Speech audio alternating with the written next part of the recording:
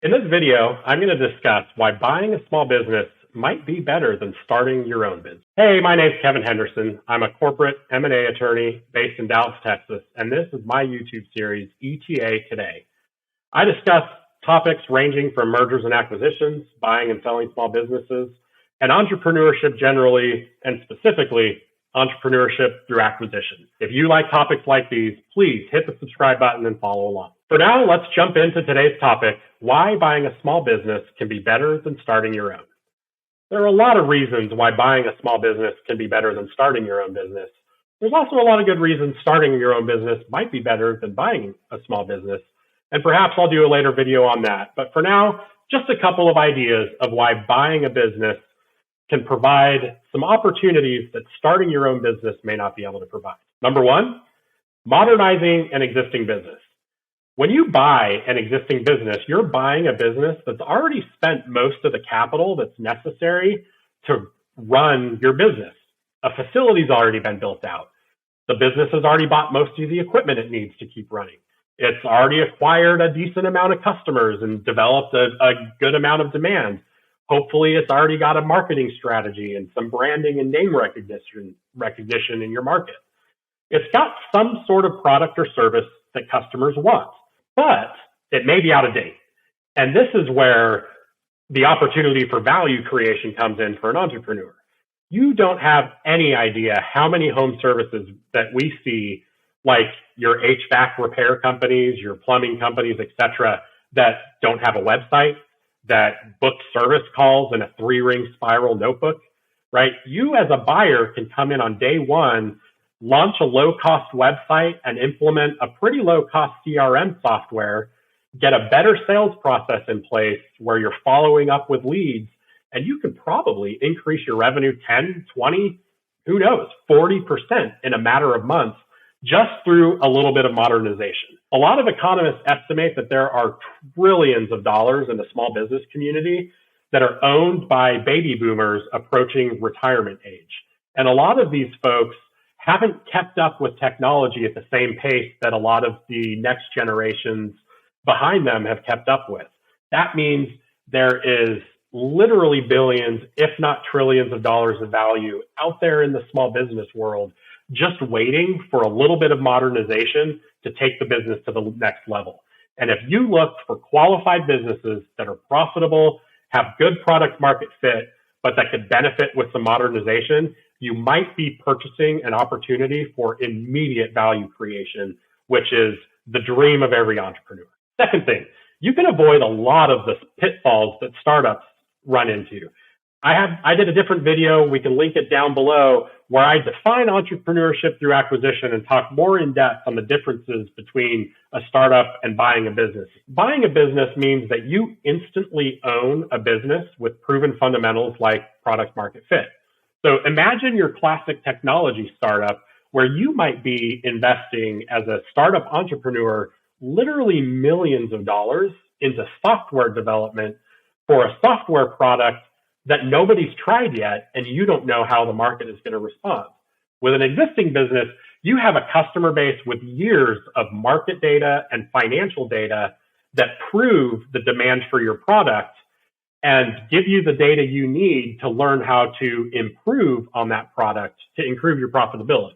So much of the gamble in startups can be avoided by buying a business where you have access to that data and the proven market product fit. Of course, with high risk comes high reward. You know, these startups are the businesses that make the headlines in the Wall Street Journal, right? Where when a startup hits a home run, the multiples that those entrepreneurs can earn are, you know, in the hundreds, right? You usually don't see multiples that high in the small business acquisition space, but keep in mind, the average failure rate of a startup is 20% in the first year, 50% in 5 years. Most of those startups over time are going to fail and not be able to realize those 100, 200, 300x multiples that make the headlines in the newspapers. Those ones are truly the unicorns. On the other hand, as a proxy for the small business community and buying community generally, if you look at SBA loans, the SBA current default rate is 2%. Think about that. 98% of small businesses with loans through the SBA are current, making enough money to stay current on their debt service and be able to keep their doors open. That is a vastly different value proposition than startups where the failure rates are so high. You need to understand your risk appetite when making a decision. Do you want to bootstrap a startup with potentially higher reward, but much higher risk, or buy a business where you can mitigate a lot of that risk, even if it comes at the expense of not quite as high of potential multiples? The third point I want to talk about, access to capital. Buying a business with years of operating history and proven product market fit makes the capital raising and financing process for your acquisition potentially much easier than a startup. Just think about walking into a bank and put your banker hat on for a minute. If you have two entrepreneurs walk in, one of them has a business plan for a bootstrapped startup and a product that they've never proven out in the market, and another entrepreneur walks in wanting a loan to acquire a business that's been operating for 10 years at a profit, which one's the better credit risk?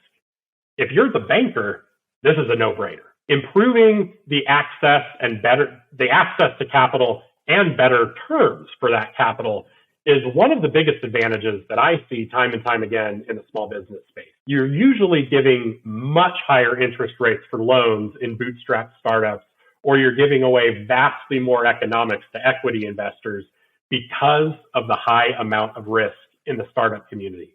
With an existing business, you mitigate a lot of that and get access to much better cost of capital. Finally, buying a business can let you play to your strengths. If you think about your classic startup, compare that with your background. Is your background in, say, operations, finance, marketing, sales, right? If you have a startup, guess what? You're all of those things. You have to be the operations guy, the financing guy, the marketing guy, etc. Because until you build out an organization where you can delegate those functions, you have to do it all. With an existing business, a lot of those functions may already be in place. So when you close your acquisition on day one, you can roll up your sleeves and get to work in the area that you know best, while you leave those other functions to the folks in the company who have been doing it for potentially many years. That's not to say that you're not ultimately responsible. Keep in mind, when you buy a business, you become a CEO. You are responsible for every decision that business makes. But if, for example, your background is in operations, you don't have to close on that business and on day one feel like you need to get perfectly up to speed on marketing, sales, finance, and every function. In a worst case scenario, you can keep everything steady state. If you've got a good controller and accounting team, let them worry about the finances while you dig in and really get a good understanding of the operations, since that's where you, as an entrepreneur with your background, have the most value add. If you're a finance guy, maybe it's the opposite. You've got a good general manager. Let him worry about the operations on day one while you really dig into the finances and see where you can do maybe some cost optimization. Point being, focus on your strengths.